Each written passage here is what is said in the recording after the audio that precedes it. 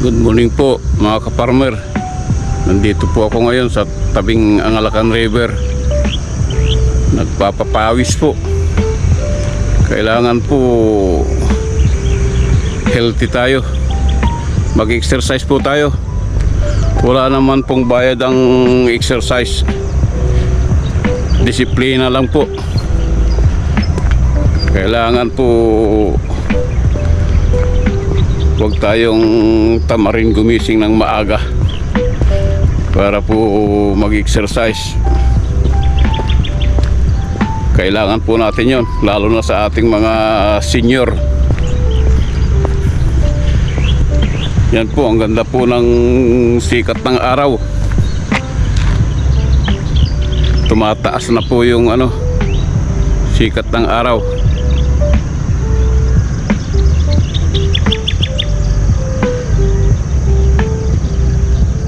Ganda ng sunrise.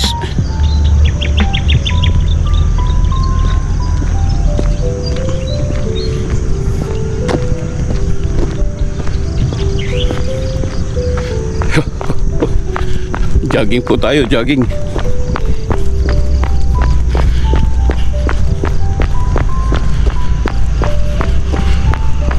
Huwag po tayong kahit 3 times a week lang po mag-exercise tayo para rin po sa ating kalusugan.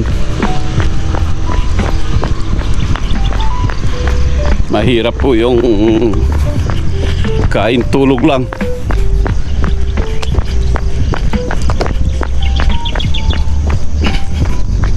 Magkakasakit po tayo.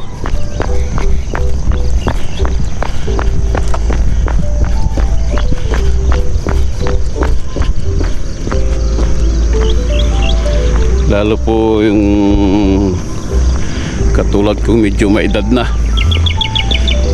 mabagal na po yung metabolism, kaya po kailangan tulungan nating tunawin sa pamamagitan ng pag-exercise.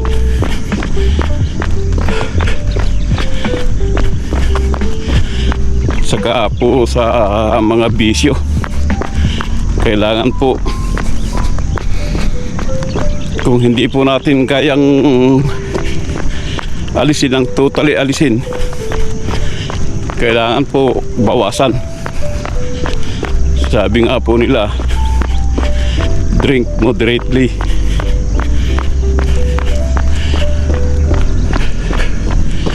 Mahirap po yung pahubog-hubog lagi.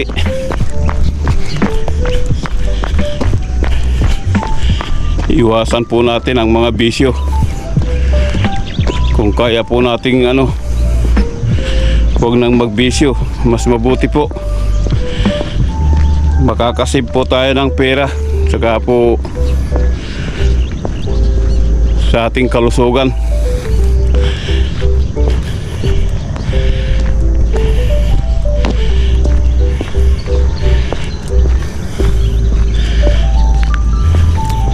Mahal na rin po ang ngayon. Mahal na rin po ang sigarilyo ngayon.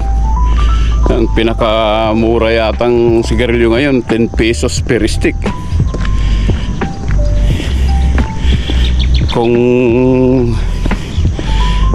nakasigarilyo ko sa maghapon ng 5 stick, di nawalan ka ng 50. Laking bagay na rin po yung 50 pesos kung araw-araw na maipon.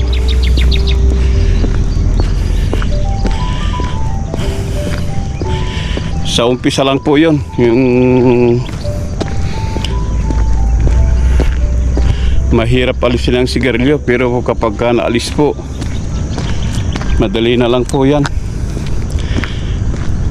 Noon po, kabataan ko, malakas din po ako manigarilyo.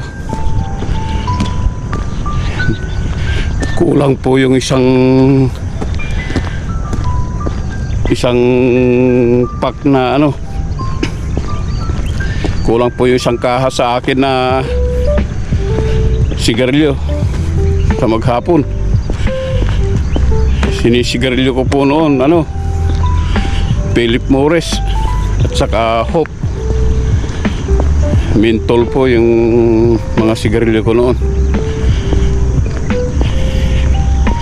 Kaya lang po, inalis ko na po, tinanggal ko na po paninigarilyo. Matagal na po. Siguro mga more than 20 years na hindi na ako naninigarilyo. Wala rin pong may dudulot na hindi naman pampalakas. Nagkaroon po ako ng sinusitis noon. Dumudugo ang ilong ko. Kaya may nag-advise po sa akin na tanggalin yung paninigarilyo. Yun po, nung inalis ko yung paninigarilyo, medyo gumanda-ganda po yung pakiramdam ko.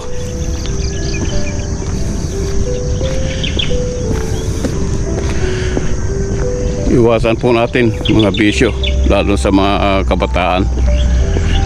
Mahirap po ang mahirap po ang buhay. Huwag na po nating samahan ng bisyo para hindi tayo lalong mahihirapan sa buhay.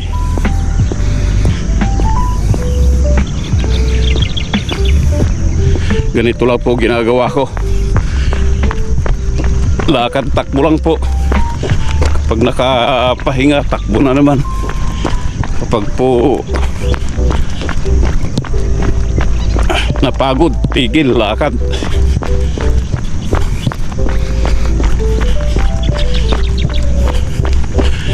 Huwag po nating pilitin na tumakbo ng tumakbo. Dahil kasi baka po hindi kayanin ang katawan natin.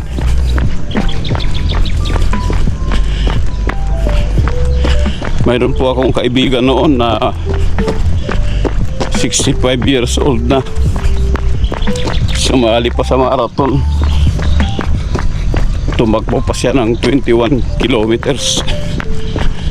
Kaya lang po nung nag-collapse siya, bumagsak, hindi na nakarecover. Comatose po siya. Kaya mag-exercise po tayo, dahan-dahan na lang. Dito po sa ginajaggingan ko, ang ganda po. Farm to Market Road. Siya? Taniman po ng mga halaman. Ito po, kabubunot lang po nila ng mani. Ito po, tinaniman nila ng mani. Yan po. Dito, mga kalamansihan.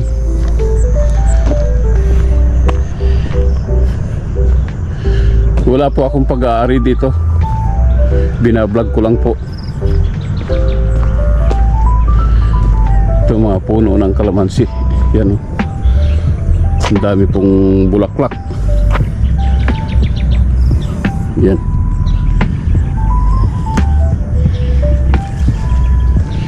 Ang bango ng bulaklak ng kalamansi. Yan,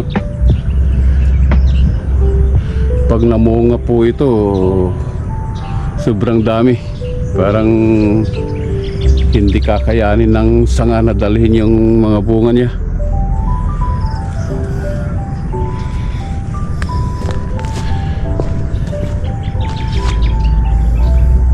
Ang sisipag po ng mga kababaryo ko dito.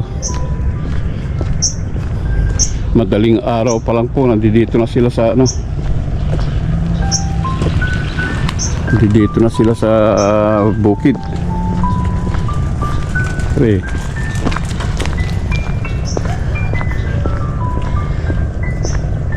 Ito na po yung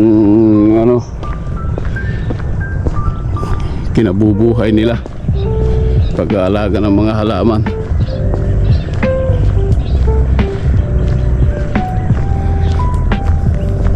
Ang ganda po nung silong ng kalamansi. Ito po, itong kalamansi na ito sa ano po, pamangkin ng misis ko. Yan, ang gaganda. Hindi po makatubo yung damo dito sa silong kapag po lumaki na yung mga kalamansi. Wala nang damo sa silong. Ang pinakadumi na lang po niya yung mga nalalaglag na mga tuyong dahon at saka yung mga sanga-sanga na maliliit. Kasi po ito, pinoproning po nila ito. Part po ng maintenance nila yung pag-aalis ng mga natuto yung mga sanga-sanga. At saka kapag maliit pa po ito, inaalagaan po nila sa pruning para po pagka lumaki, marami po siyang sanga.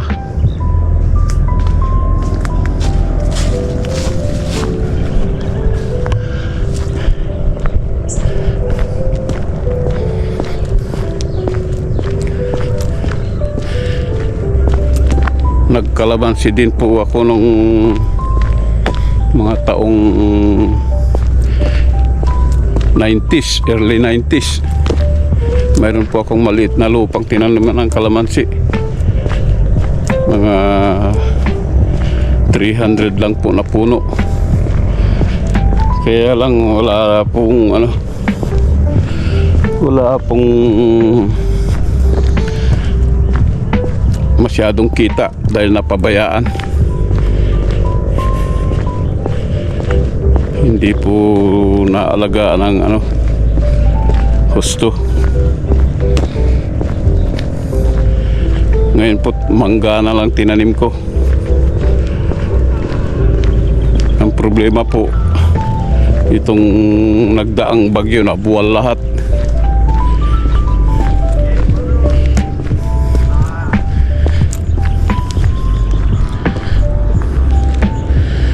Yan po, ganda po ng sikat ng araw. Hanggang dito na lang po mga kaparber. Happy farming po. Bye bye.